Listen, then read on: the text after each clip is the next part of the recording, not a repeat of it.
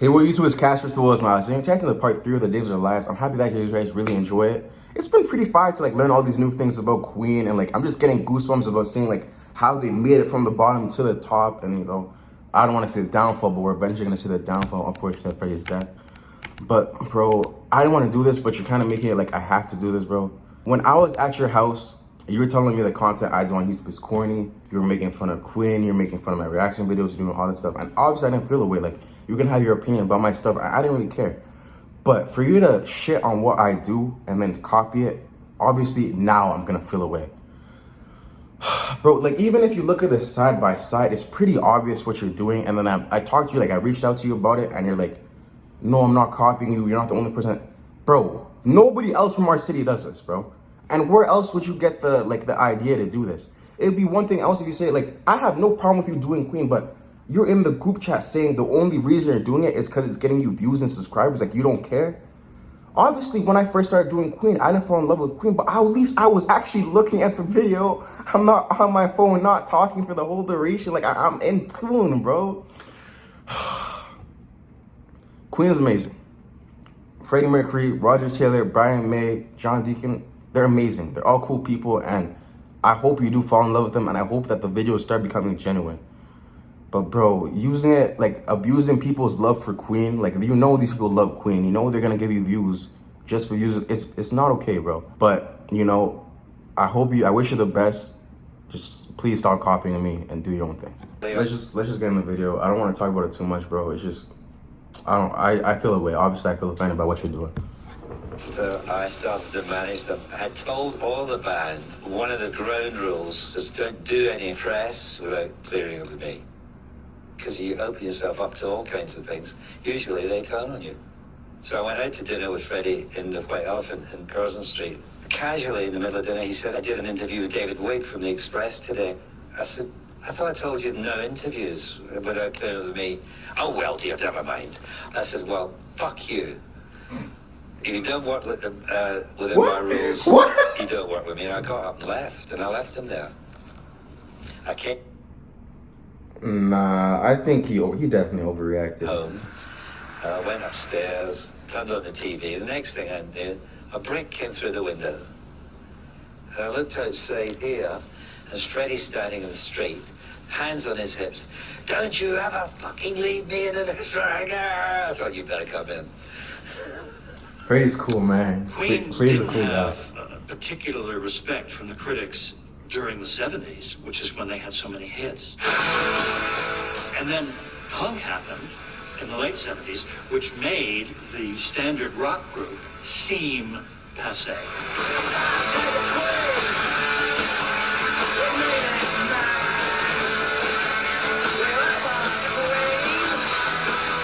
The punk stuff, as opposed to what Queen did, they were coming from two different points of view.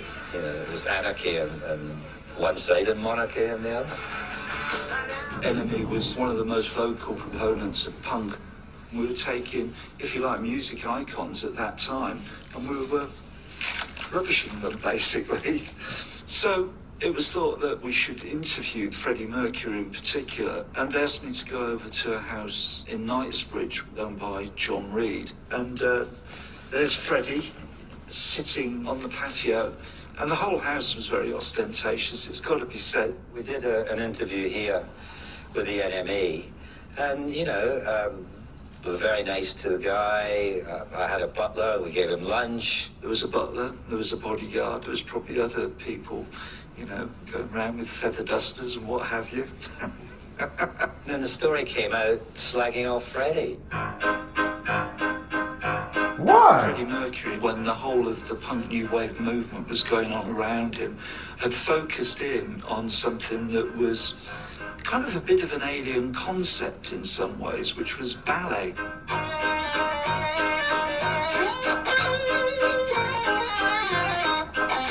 I just feel that there are sort of balletic moments in our sort of repertoire. This whole time it's been ballet? One of the things that he said to me was that his mission in life was to bring ballet to the masses. This whole time it's been ballet? hike? Like, I understand, like, the outfits, but I never knew the movements was ballet. That's cool. Well, the enemy piece. What does, this is great. I don't know what Pratt means. I don't know what that means. No, Freddie was furious. They called him a prat. Hold on.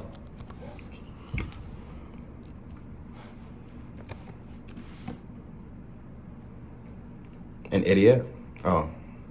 Not that crazy. You'd be furious. I think we realised that talking to the press gets you nowhere. You might as well sort of paint a target on your head and go, shoot me. We all have our ups and downs, and we all have our limitations, and we all know that I said this last there's certain video. things you can't do. But I mean, I don't want some asshole critic to tell me that. I love posing. As for the press.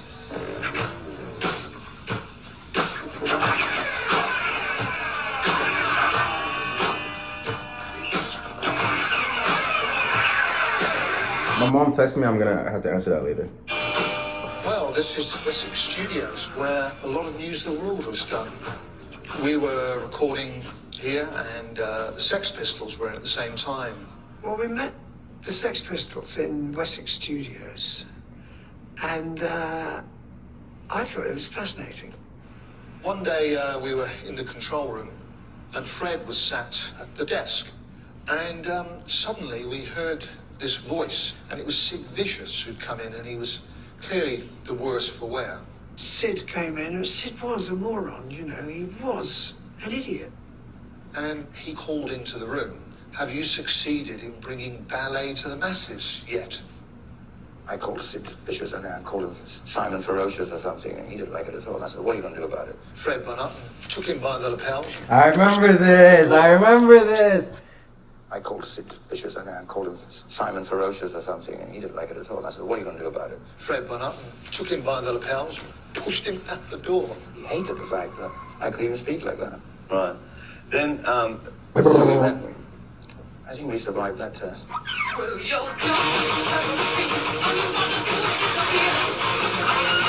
I thought when we went into News of the World, you know, we couldn't reinvent ourselves as a punk band, but we wanted it a little bit more simple. Of course, we thought maybe these really grandiose things weren't really quite what was happening then, and to be more of the time, I guess we made a more straightforward record. Once we had our audience, we felt so confident in them that they would be there for us and not require us to be anything that they'd seen before.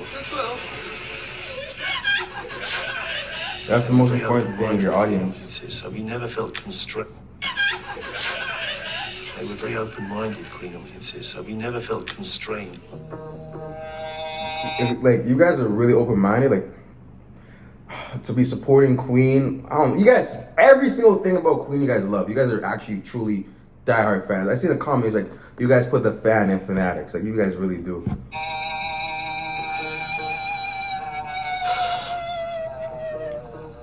You guys wait in line like this? We, the Champions, had a very sort of definite genesis.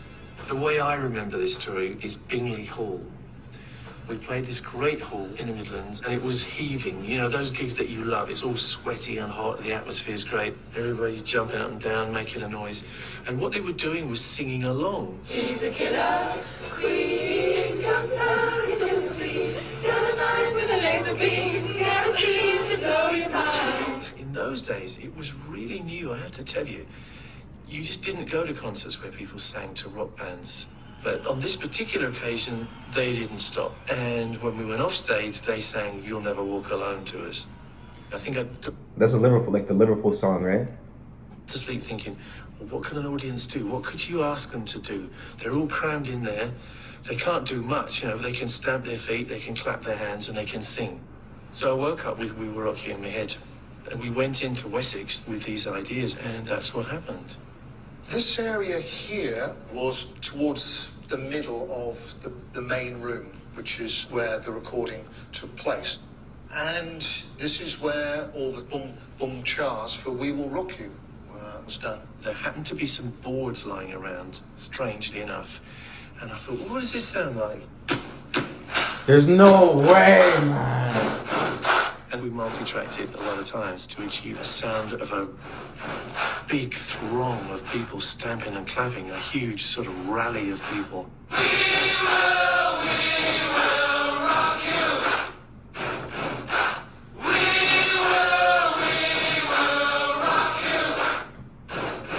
So I came up with We Will Rock You, and Freddie came up with We Are the Champions, and I think his thought process was very similar. Basically, it is a participation thing. I've been very cold-blooded, and I'm just thinking in terms of public stroke. One thing about Freddie, like he does get the crowd into it, so like yeah.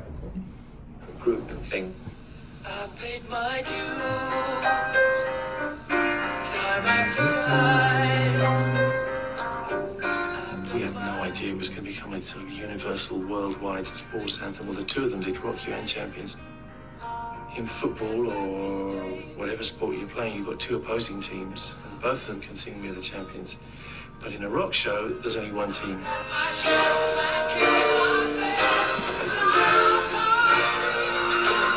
It could be construed as a rather elitist thing. But it was really we, the collective we, you know, but But Bobby, you find out, let's get a sound. Just get like an overall sound of the drum. It's definitely a song of great unifying power. I didn't even know they made the song. Well, Twilight, you know, we made it. Because here we've got This song, four tracks of vocals. One with We Will Rock You, Under Pressure, songs I knew very well. I didn't even know Queen made It's them. very cheeky. I don't Here want we've got four tracks of vocals. One with a solo guitar, and then that's got M-bit solo. Well, listen to the darling. That's the only way we can do it. Fred was very cheeky. I think, of course, it was about Queen being the champions in a sense as well. You know, the sort of arrogance for which we were famous. We are the champions. We are the champions.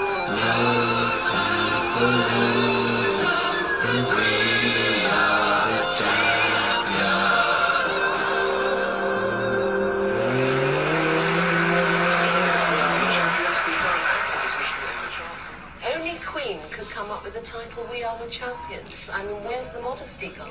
well, there isn't any. There's no modesty whatsoever. After the slagging stuff we get from the English music press, well, who cares? I mean, we've got nothing to lose now. Anyway, it's only a song, isn't it? Fuck 'em. He's most definitely the coolest member of the band. He's so cool.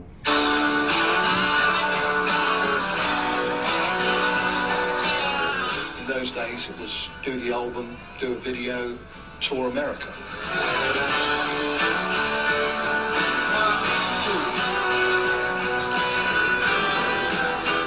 It was regarded as a sort of grail of the rock scene.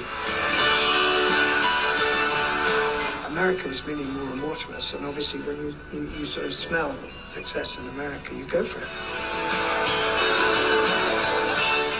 If you looked at what was going on in the States at the time, the music was very much dominated by the cool West Coast kind of rock with Eagles and Steely Dan and Fleetwood Mac. And to some extent, Queen, I guess, didn't fit that mold. I've never heard any of those bands before. So I don't know. They were bigger, more glamorous, more extravagant than I think anything that existed in the States at the time. So they really didn't know what to make of them. Why would you call your band Queen when there's obviously four guys in it? That was puzzling. I think there was like video part 1 and part 2 where like they just called it Queen because the Queen was like popping at the time. I don't know. It still doesn't make like there's still no like solid reason for them to call it Queen. They're all in one station wagon. It's Then they were all you know in one- iconic, but I still don't like. There's no. Then it was Doesn't make two sense. in one room, two in another, and then it was one each. But it was really only because the sort of entourage grew. It wasn't anything to do with not wanting to talk to one another, you know. We did stay pretty connected. You know, we didn't disappear to our dressing rooms. Generally, we sort of found a big place where we'd all get ready together and we would kind of joke around. We had a good kind of camaraderie. Bro, I thought Deacon was naked, bro. It's called a miracle, folks. Y'all would have been happy. I've lost my shoe. I'm glad I don't do my own. Dave! Do.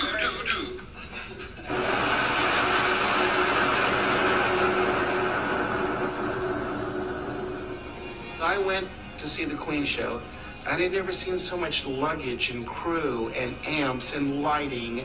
And I said, this is not rock and roll. This is a show. This is a production. This is Broadway. Yeah.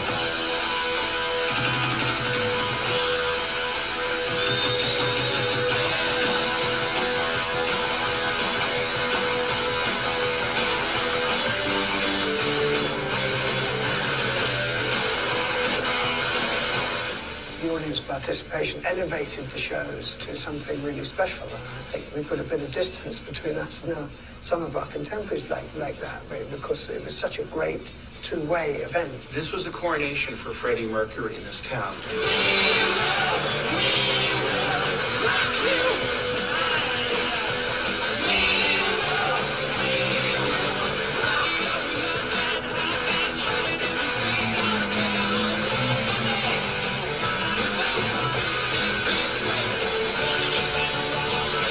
Like, I now get what you guys are saying. Like, Freddie does not want any of his shows to sound the same, because this We Will Rock You does not sound anything like the We Will Rock You. Like, at all.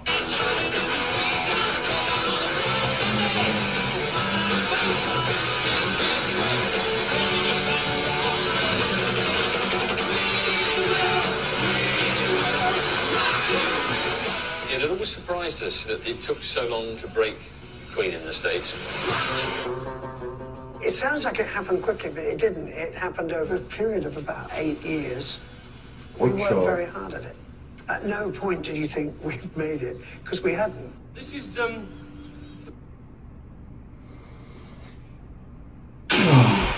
Brand May, your Queen. I hope you guys enjoyed this video. Hope you guys have a good day. Part 4 tomorrow. I'm winning today. Maybe a baddie don't know what to say. Maybe a baddie can never complain. Life is so crazy, prepare for the rain. The ones you was loving, they don't feel the same. Guess you grew up going out of a phase. This life is a matrix, you caught in a maze. Ain't get in your bag, we can all elevate. My trust in a few and that show, I'm not chill. Let's stack up these bags, cause I know that I can. Please don't say that I can't. It's all part of the plan.